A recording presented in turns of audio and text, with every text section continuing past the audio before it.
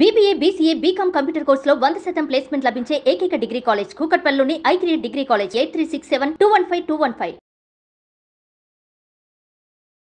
నమస్తే రమగారు. నమస్తే జీ. రమగారు, భగవంతుడికి మనం ప్రతిరోజు పూజ చేసుకునేటప్పుడు ధూపం, దీపం, నైవేద్యం ఇవి ఒక వరుస క్రమంలో మాటలు కూడా అలానే వచ్చేస్తాయి. ధూపదీప నైవేద్యాలు సమర్పించుకుంటాం. వీటి యొక్క ప్రత్యేకతలు ఏంటంటే కొన్ని సందర్భాల్లో కొన్ని చేయలేకపోతాం, కొన్ని చేయగలుగుతాం. ఏదో బాధ అనిపిస్తుంది, అమ్మో నేను ఈరోజు ధూపం వేయలేదు లేదా దీపం పెట్టలేదు, పోనీ నైవేద్యం పెట్టలేకపోయాను, ఏంటి ఎందుకు ఇట్లా అయిపోయింది, ఎందుకు చేయలేకపోయాను అట్లా అనిపిస్తూ ఉంటుంది కదా. ఖచ్చితంగా ప్రతిదీ పెట్టుకోవాలి, బట్ కుదరకపోతే ఏంటి పరిస్థితి? దండం పెట్టడమే శ్రద్ధగా. మామూలుగా షోడశోపచారాలు చెప్తాను జయ. 16 ఉపచారాలు చేస్తారు భగవంతుడికి. 16 ఉపచారాలు చేయలేకపోతే పంచోపచారాలైనా చేయమంటారు. అవి ఇప్పుడు నువ్వు చెప్పిన ధూపం, దీపం, నైవేద్యం, పుష్పము, నమస్కారము. ఒక్కోసారి పువ్వులు ఉండవు, హృదయ కుసుమాన్ని సమర్పిస్తాను దేవుడికి. నైవేద్యం లేదు, అవేవో లేవు, వంట చేయలేదు, పంచదార, చిన్న బెల్లం ముక్క, ఒక అరటిపండు, కొబ్బరికాయలు అవి కొట్టగలిగితే మంచిది. అరటిపళ్ళు ఉన్నాయి, ఓ పండు పెట్టు, ఏదో పండు ఉంది ఏదో ఒక పండు పెట్టు, ఖర్జూరాలు ఉన్నాయి అవి పెట్టు. కానీ ధూపానికి దీపానికి ప్రత్యామ్నాయాలు లేవు. ధూపం ధూపమే, దీపం దీపమే. ఒకవేళ నువ్వు దీపం కూడా పెట్టలేవు, దీపాలు మీ ఇంట్లో అలవాట్లేదు, ధూపం సమర్పించవచ్చు స్వామికి. ఈ ధూపం అనేది సాధారణంగా అందరూ చేసేదే చేయాలి. కొన్ని చోట్ల చైనాలోను అక్కడ కొన్ని దేశాల్లో కూడా ఈ పద్ధతి ఉంది. ధూప సమర్పణ, ఒక అగరబత్తి వెలిగిస్తారు వాళ్ళు కూడా. ఏంటంటే గాలిని పవిత్రం చేసే ప్రక్రియ అది. మనం ఎక్కడ దేవతారాధన చేసుకుంటున్నామో అక్కడి గాలిలో ఉన్నటువంటి అపవిత్రతను తొలగించడం, నెగిటివ్ ఫోర్స్ను తొలగించడం, అది మనం తొలగించి భగవంతుడికి సమర్పిస్తున్నాము. చాలా పనిచేస్తుంది ధూపం. పొద్దున కూడా దీపారాధన చేసుకుంటారా, సాయంకాలం ఏం చేస్తారు, ఇళ్లల్లో ధూపం వేస్తాం. మనకి ఒట్టి దేవుడికే కాకుండా ఇళ్లల్లా ధూపాన్ని చూపించడం కూడా మన పద్ధతిగా ఉంటుంది. నెగిటివ్ ఎనర్జీస్ ని బయటికి తోసేస్తుంది. ఇందులో వాడేవి సాధారణంగా ఏం వాడతారు, అగరబత్తులు వాడతారు, అగరు, సాంబ్రాణి వాడుకుంటాం, గుగ్గిలం వేస్తారు, గుగ్గిలం వేస్తారు కదా, ఇవే కనపడతాయి. ఇవి కాకుండా ఇంకేం చేస్తారు, ఆవు పిడకలు అలాంటివి వాడతారు. ఇవన్నీ కూడా పవిత్రమైన వస్తువులు, వాతావరణాన్ని శుద్ధి చేసేవి, మానవ శరీరాలకి ఏ రకంగానూ కీడు చేయనివి, ఇట్లా వాడతారు. మళ్ళీ ఇది కూడా ఇంత ధూపం అసలు ఊపిరాడనట్టుగా అట్లా దేవుడికి వేయకూడదు, మనం ఇంట్లో వేసుకోకూడదు. కానీ ఖచ్చితంగా ధూప సమర్పణ చేయాలి. దేవతార్చన అనగానే దీపం ఎంత ఇంపార్టెంటో, మనలోని జ్ఞానాంధకారాన్ని పోగొట్టడానికి దీపాన్ని చూపించాలి. ఈ మనం ఉన్న వాతావరణాన్ని పవిత్రం చేయటం కోసం, నెగిటివ్ ఫోర్సెస్ని బయటికి పంపటం కోసం ధూపాన్ని కూడా చూపించాలి. అంటే అది అగరబత్తి అయినా పర్వాలేదు, లేదా అగరబత్తి అయినా పర్వాలేదు, సాంబ్రాణి అయినా పర్వాలేదు. ఆ సాంబ్రాణిని మీరు ఏ విధానంతో వేసుకుంటారో ఏదైనా పర్వాలేదు. ఇందులో ఏంటంటే రసాయనాలు వాడినవి కాకుండా జాగ్రత్తగా ఇందులో ఏం వాడుతున్నారు అనేది గమనించండి. సేంద్రియ ఉత్పత్తులకి వెళ్ళండి. అగరబత్తుల్లో ఈ ఘాటైన ఫ్రాగ్రెన్స్ వచ్చేవి, ఏదో అద్భుతమైన వాసన వచ్చేది కాకుండా కొంచెం లైట్గా ఉండే పరిమళం కావాలి. ఇందులో ఇంకొకటి ఏముందంటే, ఈ గాలిలో ఒక సన్నని పరిమళం వల్ల మనకి ఫోకస్ పెరుగుతుంది, ధ్యానం బాగా కుదురుతుంది. మనం దేవతార్చన అంటే ఏం చేస్తాం, ఒట్టి పువ్వులే కాదుగా, ఏదో చదువుకుని ఏదైనా చదివి లేదా ధ్యానం చేసి మన మనసుని భగవంతుని పైన లగ్నం చేసే ప్రయత్నం చేస్తాం. ఆ ప్రయత్నానికి ఈ ధూపం సహాయం చేస్తుంది. ఓకే, గాల్లో ఒక సన్నటి పరిమళం అంతా అలుముకుంటుంది, నిదానంగా వెళ్తుంది, ఒక పవిత్రమైన భావన వస్తుంది. ఫోకస్ చేయడానికి ఇది ఉపయోగపడుతుంది. మళ్ళీ ఇందులో ఘాటైన వాసనలు అవి ఉన్నాయి అనుకో, అవి మనల్ని డిస్టర్బ్ చేయొచ్చు.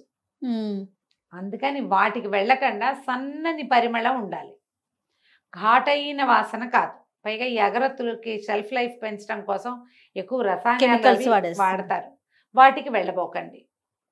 చూసి కొనుక్కోండి ఏవైనా. ఇవి ఇంట్లో కోన్లలో దొరుకుతాయి, మనమే పొడిగా వేసి పొడిని వేయటము. ఈ పొడి వేసామనుకో ఒక్కసారి వస్తుంది మొత్తం ధూపం, స్వామికి సమర్పించేస్తాం, అదంతా బయటకు వెళ్ళిపోతుంది. కానీ దాని తాలూకు పరిమళం సన్నగా ఒక తెరలాగా అలుముకొని గదిలో ఉంటుంది. అగరబత్తి అనుకో, అది సన్నగా మండుతుంది, నిదానంగా పొగ వస్తూ ఉంటుంది, స్లోగా గదంతా అలముకుంటుంది. మన బుద్ధి నిలవడానికి చేసే రకరకాల సాధనాల్లో ఈ భగవంతుడికి ధూప సమర్పణ కూడా పనిచేస్తుంది. భగవంతుడికి సరే రమ్మగారు. అలాగే పసిబిడ్డలకు కూడా వేస్తాం కదా, అవును, అంటే సాంబ్రాణి వేస్తాం. సాంబ్రాణి. దీనికి ప్రత్యేకమైన కారణం ఏంటంటారు? దీనికి నెగిటివ్ ఫోర్సెస్ అంతే. లేకుండా పిల్లలు పుట్టినప్పుడు వీళ్ళు ఎలా అంటే మనకి పూర్వకాలపు నమ్మకాలు కదా జయ, ఇవి మాయలో ఉండి వస్తారు లోపల. ఎంతకాలం, ఒక 9 నెలలు 10 నెలలు లోపల ఉంటారు.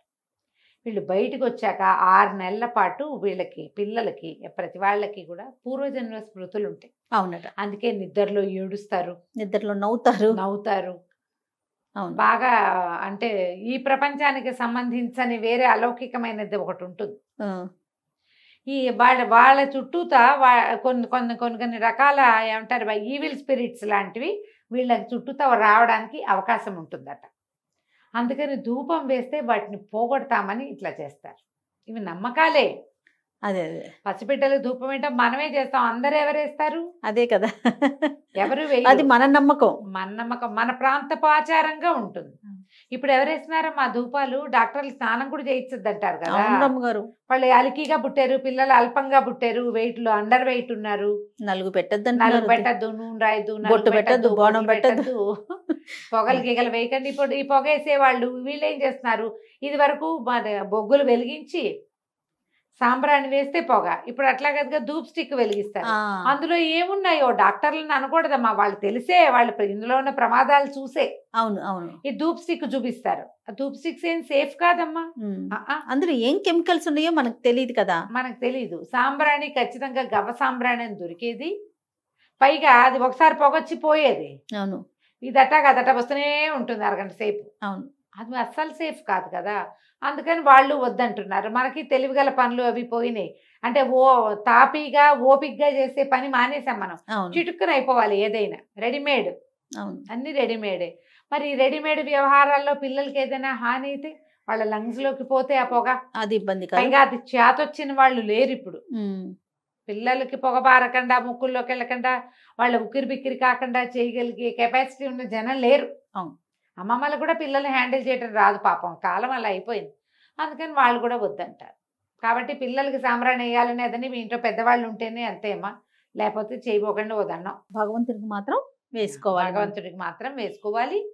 ఏదైనా ప్రత్యేక దినాల్లో తప్పకుండా ఈ సాంబ్రాణి వేయండి. మామూలుగా అయితే అగరబత్తులు అవి వెలిగించుకుంటాం కదా, దానివల్ల ఏంటంటే ఇంట్లో ఉన్న నెగిటివ్ ఫోర్సెస్ పోతాయి. మీరు దేంట్లో వేస్తారో అది ఇల్లంతా ఒకసారి చూపించండి, పొగ చూపిస్తే కొంత ఆ వాతావరణం కొంచెం క్లీన్ అవుతుంది. బోల్డన్ని రకాలు వస్తాయి వేస్తారు జయ. వేపాకుల పొడి అలాంటివి కూడా వేస్తారు. ఇళ్ళు క్లీన్ అవ్వడం కోసం మన ఏమంటారు ఆవు పిడకని దాని మీద కొంచెం నెయ్యి వేసి వెలిగించి, ఆవు పిడక యొక్క పొగ కూడా మంచిది. ఇదేంటంటే మంచిదని తలుపులేసి మొత్తం వాసన పీల్చాలని ట్రై చేయపోకుండా అది మంచిది కాదు. అవును. అట్లా కాదు, జస్ట్ ఆ గాలి ఇలా మన ఇంట్లో ఉన్న గాలిని కొట్టేయాలి అంతే. అంతా తీసి వేయాలి కదా రమ్మగారు. డోర్స్ అన్ని ఓపెన్ చేసుకోవాలి కదా. చాలా మంది నేను చూస్తాను మొత్తం మీరు అన్నట్టు క్లోజ్ చేసుకుని ఇంట్లో ధూపం వేసి, అది ఎంత జబ్బు చేస్తుందో లంగ్స్ కి, చాలా అనారోగ్యం. పిల్లలు ఒక్కొక్కసారి సఫకేట్ అయిపోవచ్చు, ఉక్కిరి బిక్కిరి అయ్యే పనులు చేయబోకండి. పాత పద్ధతే గాని ఇప్పుడు ఈజీగా మనకి సేంద్రియ ఉత్పత్తులు గోశాలల వాళ్ళందరూ తయారు చేస్తారు చక్కగా. మీరు ఏం చేస్తారు, మనం గోసేవ అనగానే సపోర్ట్ చేసుకోవాలి గోవుల్ని, మనని గోవులు. అవునండి. మనకి ఇక్కడికి పిడకలు కావాలి, అగరబత్తులు కావాలి, ఇంకా ఏవో కావాలి, గో ఆధారిత ఉత్పత్తులు. మనం అవన్నీ గోశాలల నుంచి కొన్నామనుకోండి, ఈ డబ్బుతోటి గోశాలలు వృద్ధి అవుతాయి. వాటికి సేవ అదే, వాటికి ఆహారం అందుతుంది. కాబట్టి సేంద్రియ ఉత్పత్తులకి వెళ్ళండి, ధూపం వేసుకోండి. ఒకవేళ దీపారాధన కూడా చేయలేని పరిస్థితి ఉంటే మీకు ఒక అగరబత్తి వెలిగించి దేవుడి దగ్గర చూపించి దండం పెట్టుకున్న పనికొస్తుంది. నమస్తే. నమస్తే జయ.